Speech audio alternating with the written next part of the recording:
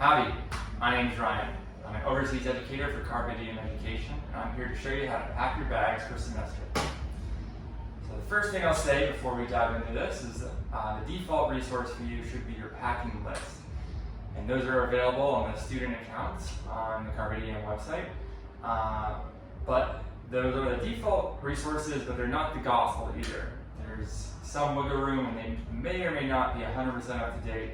Because go there first and then ask us if you need any clarifying questions. So here is my backpack. It is a smaller than I would like to have backpack, 50 liters.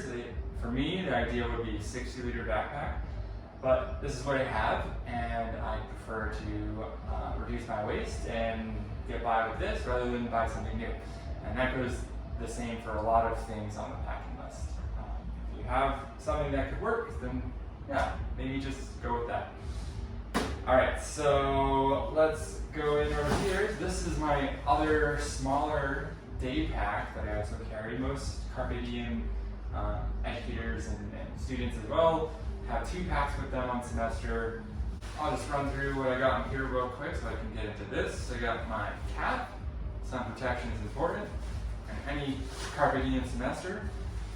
I have some books and a bigger journal that I use for writing, some creative writing as I travel. Water bottle. Make sure this is easily accessible whenever you're traveling. You want to have something that's 1 liter capacity. This one stays cool and it works well for me, so that'll do. Have a snack, why not? Good to have snacks. And sunglasses. Those are good. Let's see if there's anything else in here. Eyewear as well. If you are someone that wears contacts, make sure you bring enough for semester because it can be difficult to find. I carry a spork because, yeah, sometimes it comes in handy.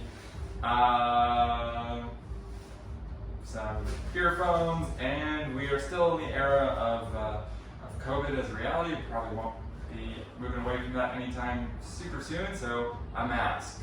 Please carry masks and have them easily accessible throughout the semester because it's not great, and overseas educators probably will not be carrying extras if we run into a situation where you should be using a mask.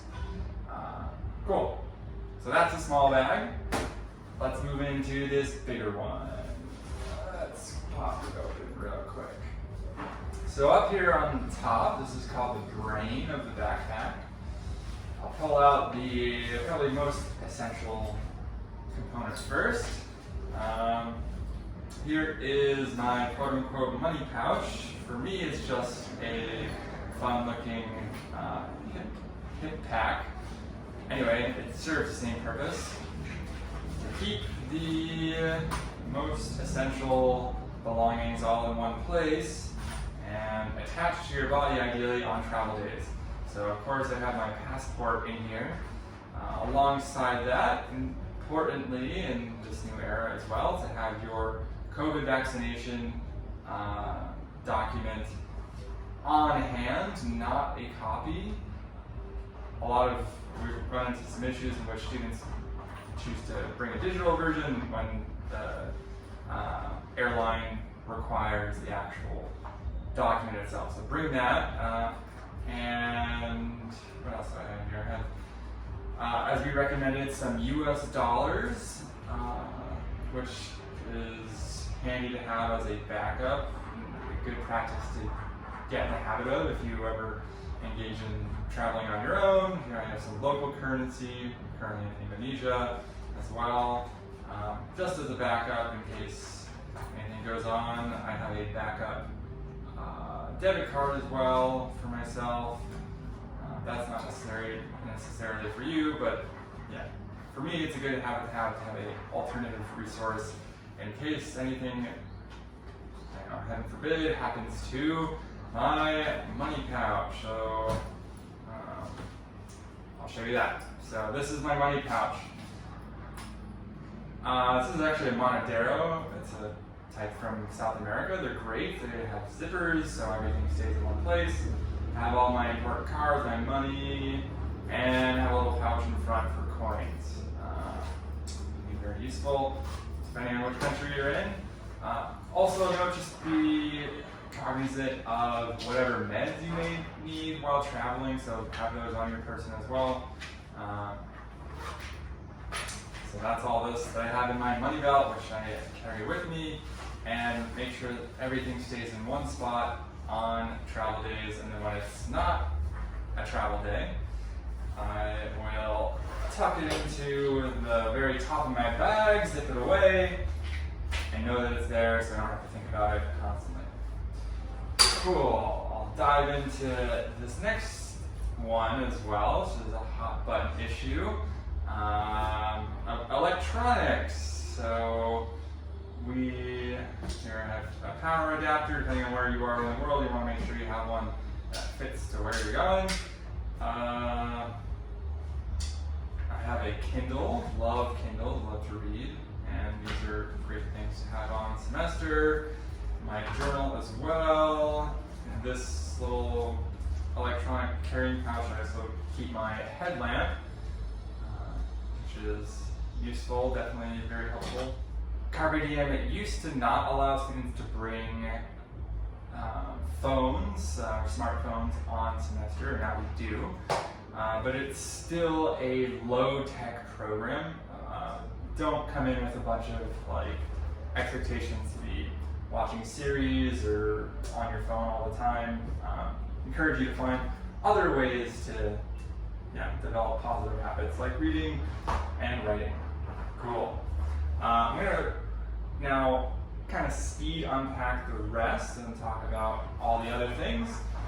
So here we go. Okay, everything's out of the bag. Yeah. So let's talk about footwear real quick. So here I have 3 pairs of shoes, and definitely it's doable in 2. Any Carpe Diem semester, you want 1 pair of sturdy, firm footwear that you can use for hiking and also service. So here I have a nice trail runner that I use. It's a little worse for wear, but yeah, still can probably make it through another trip. And I have some sandals. Chacos, I'm a big fan because they are also very comfortable to walk long distances in. But some people like lighter weight stuff, which is also works.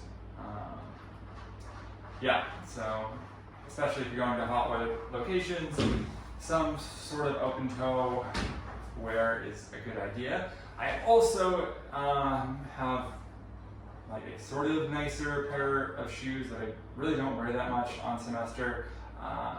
But I like to have for those few occasions in which we do try and look a little bit less like a scruffy backpacker. Would say it's not essential though. So next up, I have this here as a reminder. We get a lot of questions about what are good gifts for homestays. Not all semesters, Carpe Diem semesters, have homestays, but a number of them do.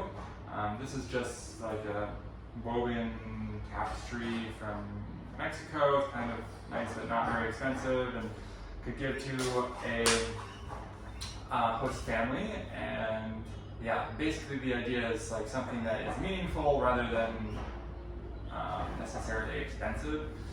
Other things that I've seen in the past is like someone's brought honey from a local farm near them, photograph, or a piece of art that they had done.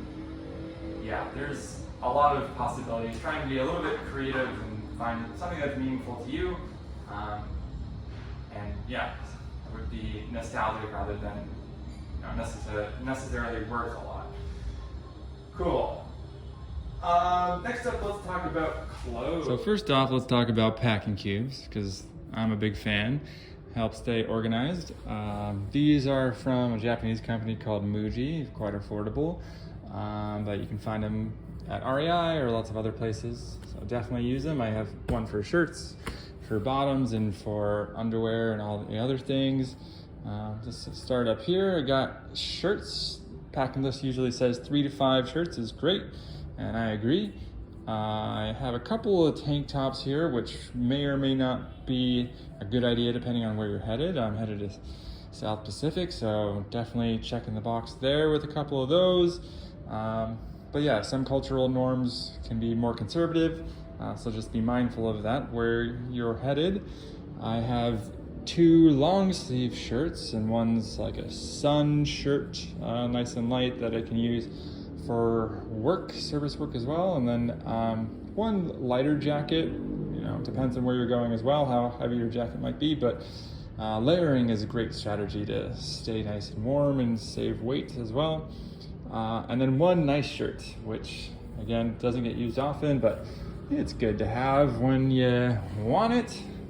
Over here I got a sarong, which is a common article of clothing in Asia. It can be used to cover your legs if you're wearing shorts in certain cultural settings, and is also nice. You can double as a towel or as a scarf.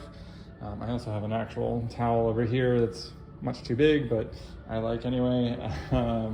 So yeah, maybe just one of those is okay. And then I have bathing shorts. Some people only bring one. I like to bring 2 because I don't like to jump into a wet bathing suit. And then I have some additional shorts and some leggings, which I use I'm going surfing, and then some long pants, which I can also use for service as well. This one, I have, first off, my sleeping stuff. So I have a shirt and a pair of shorts and a sleeping mask that I use to keep myself comfy and cozy, so I can have a nice routine with sleep, which can be hard to establish otherwise on a long travel trip. Make sure you got plenty of masks. I have some gloves here that are used just for like surfing, but definitely bring a pair of more sturdy work gloves for a carpe semester. Then, not necessary but very useful, for handkerchiefs. Socks, as they say on the packing list, don't cut corners here. Pair of wool socks, or a couple pairs of wool socks, are very handy to have, especially on a trek, which all Carpe students do. And then choose for yourself how many pairs of underwear you want to bring, because I like to bring 7 if I have, on average, once a week, a chance to do laundry. Then I can make sure I have a clean pair for the whole trip. But some people bring fewer, so up to you. Rain jackets, I have a real sturdy one, which I love. You can definitely find like decent ones that are pretty affordable, like Frog Togs, but it's a nice investment as well. Got a rain pack cover, which doesn't get used much, but handy when they are needed. And then the last thing, again, I'm traveling solo, so I just have a sleeping bag liner, which I really love a lot. But if you're on some Carpe semesters where you have a requirement of a sleeping bag, then you got to bring a full one. So this would not cut it, but not all Carpe semesters require it. I'll run through my personal first aid kit real quick, which you can bring as a supplement to the obviously much bigger first aid kits that overseas educators will carry. But it's a good habit to be in. So yeah, I have a little thing of duct tape over here, can come in handy, a couple of medicines, some Benadryl, some Pepto-Bismol, some Tylenol and Advil. Over here is water purification tablets, which depending on which country you're going to can be more or less useful. But obviously overseas educators have sturdy pens that can be used for that as well. A little bit of soap almost out of this, and then there's going to be some personal specific things that you will obviously choose to bring or not. So for me, I have this like ear infection prevention thing that I use for diving, and some other soap, and like this honey for scars, and for some athletic tape. Got some bandages, some alcohol wipes, and cotton swabs, gloves, and tweezers. But yeah, you can decide for yourself how big or bulky you want to make this. This is probably a fairly substantial one and not necessary to bring all of it. Toiletries. So first have a toiletry bag in case anything explodes. You don't want it to get all over all of your nice clothes that you brought. So yeah, have your own bag for that. And I'll just dump all this stuff out real quick. Biggest thing here is to just try not overdo it, but carry enough of whatever you think might be difficult to find in the countries you're headed to. For example, sunscreen is a big one to, have something that you know will work for you. And for instance, in Central and South America, it might be difficult to find something great.